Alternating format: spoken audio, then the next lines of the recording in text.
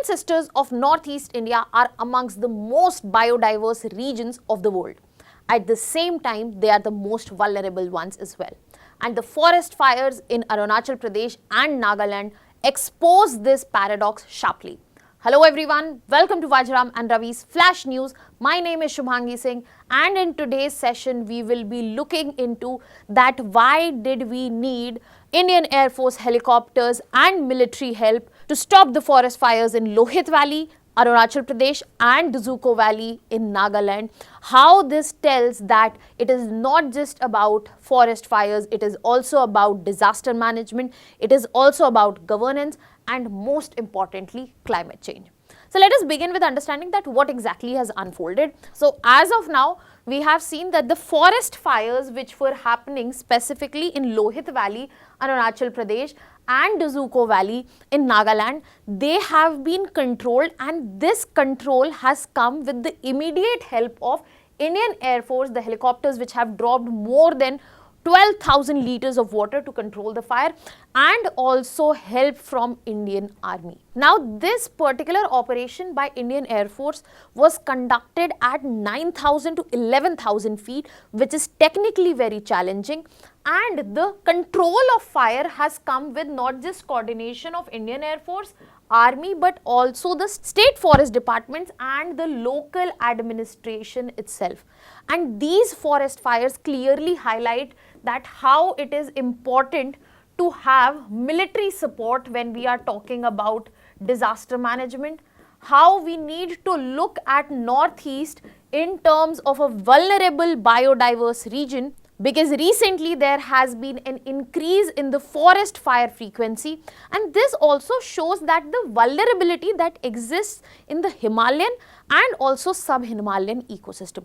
So we will be understanding all these dimensions, starting with the strategic importance of the forest in the Seven Sisters region. So when we are talking about Seven Sisters in the Northeast, we are talking about states including Arunachal Pradesh, Assam, Nagaland, Manipur, Meghalaya, Tripura and Mizoram. And then sometimes these are the Seven Sisters, and Northeast we include Sikkim also. Now when we are looking at this political map, we need to look into the physical map here to understand that how this is biodiversity wise very important, and it is so that it is part of a biodiversity hotspot. So the biodiversity here holds global significance, and across these regions you will find that there is 65% forest cover in many of the states. When we are talking about northeastern state, Arunachal Pradesh is known for the second largest expanse of forest in our country, which not only host unique biodiversity but also untouched forest. And this is the forest which have facilitated presence of a carbon sink. They act as water regulators, especially for the Brahmaputra and Barak basin, and they are also a livelihood base for tribal communities. The reason we need to understand the importance here, that is when only we will be able to understand that what is the loss that humanity it is going to bear society wise, economically, and when any damage is done to these forests. Furthermore, these forests also act as a strategic buffer, especially when we are talking about India-China and India-Myanmar border, because if you see, we have the China boundary here around Arunachal Pradesh, and then Myanmar right from here up and until Mizoram, we have boundary of Myanmar. Now when we are talking about the immense importance of forests, at the same time the forest density that is seen in this region, forest fires were not uncommon. We have seen forest fires especially during this particular season. But the problem here is not forest fires but the frequency and also the intensity with which they are increasing. So if I were talking about forest fires, we need to understand that North India has been always prone to forest fires because of natural factors, because of anthropogenic factors, and this is the time where we are seeing an addition from this particular side. Now when we are talking about natural factors, as I said, this is the time of dry season. Dry season starts from January and it extends up and until April till the monsoon sets in. This is the time where the possibility of a fire is maximum. Furthermore, presence of bamboo and pine. These are two types of trees which you will find in maximum density here. These are the trees which are highly inflammable. And another important natural factor here is the topography, because the slope here are steep. So when we have a steep slope, let's just say the slope is this and another slope is this. So the fire easily catches upwards in terms of a steep slope, but if the slope is comparatively gradual, the forest movement upwards is limited. So we have enough natural factors which are facilitating forest fires, and that is why we have seen frequency of forest fire in Northeast India. But when we add anthropogenic factors, this brings an added layer of frequency and intensity, such as jhum cultivation. Even though jhum cultivation is about controlled burning, but we never know when fire can go from controlled to uncontrolled. Then there are accidental fires which can occur, be it through campfires, be it through forest produce collection, and most importantly here is the climate change which has been induced by anthropogenic activities. Now this is what makes the first factor worsen and facilitate the frequency of the forest fire which is already present in this region. And once forest fire occur, the intensity and frequency remains beyond a limited control because of the structural challenges. First, the terrain here is difficult, it is also remote, and it is very challenging to control the fire. There is limited ground access, and apart from that, the infra facility which is required, that is also absolutely limited in northeast states. Now this is where we get to see a web forming where one thing after another piles up onto it, and we get to see higher frequency as well as intensity of forest fires. So when we are talking about Lohit Valley, when we are talking about these two fires, they have occurred in Lohit Valley and it has taken place in Duzuku Valley in Nagaland. Two states have been caught up in the proneness of forest fire, and this comes as a warning bell because add to these factors we have climate change, which is a multiplier which enhances the probability of such forest fires. For example, when we are talking about northeast, we have clear climate signals in front of us, such as that we are getting to see rise in average temperatures, the rainfall patterns have become erratic. When we are talking about Meghalaya, which used to be wettest state in the country, it has seen a drastic dip in monsoon rainfall last year itself. So you can understand that the erratic rainfall patterns are also becoming consistent. And furthermore, because of erratic rainfall patterns, we are also seeing the dry spells have become longer. So the dry season, which was from Jan to April, that has also extended. That means that adds more moisture stress, especially in the vegetation present in northeast of our country. Other than that, we also have a clear scientific understanding as of now, where we get to understand that climate change is not directly causing fires, but it is creating a condition where forest fire can easily come into the situation. So when we are looking at forest fire and climate change, they basically form a feedback loop. How? Forest fire happens, it releases carbon dioxide, black carbon, that means greenhouse gases are being released. These emissions lead to more warming. More warming means more fire. Now more fire means more release of greenhouse gases, then the warming again taking place, and this becomes a continuous feedback loop that we might be stuck in for the worst times. Now that means climate change is directly associated with the ecosystem's vulnerability, and that is directly associated and it might bring in a disaster risk. So this needs to be understood from a broader perspective, that this is not just about an environmental scenario, this is not just about geography of this place, but how it is associated with bigger factors and how this calls for a planned and understood disaster management, especially in the place which is known for the biodiversity across the world.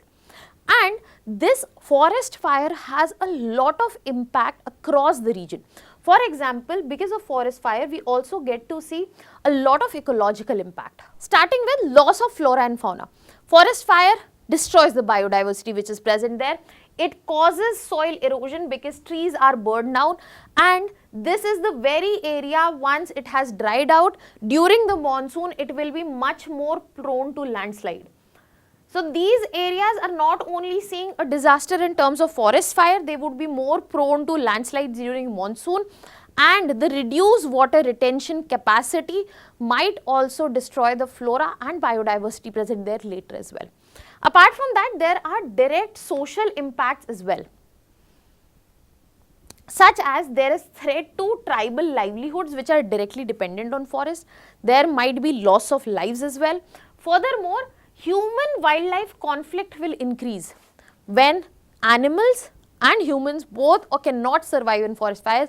They would have limited area to be in, then the conflict is definite to rise. And we cannot ignore the health hazards that come with the smoke and inhalation of it. So all in all, we not only get to see ecological impact, we get to see human impact also, and in the long term, this forest degradation will pave the way for reduced resilience, especially against floods and also droughts in this very region. So in front of you lies a picture of Northeast India, which you usually imagine as lush green, forested, rainy. It might change into the other direction if the control measures are not put in place. Now when we are talking about disaster risk as a much obvious impact of the climate vulnerability that we get to see in this region, the ecosystem vulnerability that we get to see in this region, it is very important to prepare a disaster response, and especially here how military preparedness can play a great role because of the limited infrastructure and also difficult terrain which is present here. That is why we have seen a great contribution of Indian Air Force in the controlled fire in the controlled forest fire of Arunachal Pradesh and also Nagaland, because it was timely deployment where Mi-17 helicopters were used for aerial water drops, and I said 12,000 liters water has been dropped, and it has been in a place where ground teams cannot reach, and here the operation was carried out at 9,000 to 11,000 feet. So this was such an operation which required performance at a challenging terrain, which involved high altitude and also low visibility zones, which needed precision and which can be delivered by Indian Air Force and military preparedness. So especially for these regions, military preparedness clubbed with disaster response is very important, because this shows that civil military coordination can pay off in ways. It also reinforces that how our forces can have a great impact in humanitarian assistance and disaster relief, and this is the way to manage disaster, which is essential especially in mountainous and border region, especially which are sensitive. For example, Arunachal Pradesh. Now on this note, it becomes important to look into the gaps when we are talking about fire management infrastructure, because whenever we are talking about the workflow for forest fire mountaineering, we usually understand that it is done by signals received through satellites, and then they are transmitted to Earth station, then the data processing takes place, and after that it is the ones which sends the alerts to state forest departments, the subscribers. Then the mitigation and suppression starts, and the feedback is done to the Forest Survey of India as well.